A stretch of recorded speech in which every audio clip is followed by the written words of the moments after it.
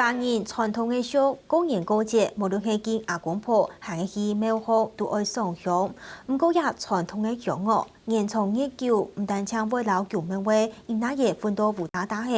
人讲是分到位，没有影响到空间。有一个共现场就同家朋友设计出一种 LED 天子香，希望做得普遍来用哦，安尼没有孤独环保还个传统。无论是两条五线嘅牛五，还是麒麟贵姓口色嘅啉，行剑看啊，一撮庙嘅转耳老牙，做成系各种各样嘅回落学搭界，将建筑工法当作特色，未免得本当王嘅香火分到舞刀刀。但係庙方总会当功夫嘅写过，不过本香火分舞界，还唔但像系庙嘅建筑天天。传统嘅香吼，会曲到安尼木竹啦。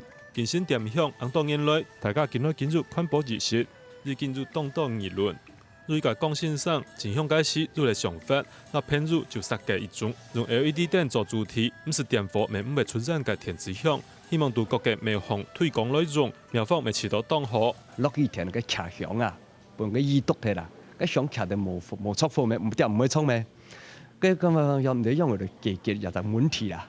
啊，后边我老爷就张先生啊，哈啊个好朋友，攞佢研究到谈到都讲一陣問題講。佢講佢來克服佢嘅問題，看那信徒自己的需求啦。我們廟都不排除，都可以的。對啊，只要你覺得你誠心就可以的，用傳統的、用新型的都可以，我們都可以接受。講明田那何偏入中線上，一下至見那都專利，能夠經驗開始大量生產。佢講一下至見入到香火當王嘅廟，因為寬博某種香路，入到新種行行唔慣。希望推廣兩種電子香，古道寬博傳統藝術也會相傳下去。下個新聞林建佑、祁龍俊、新北市報道。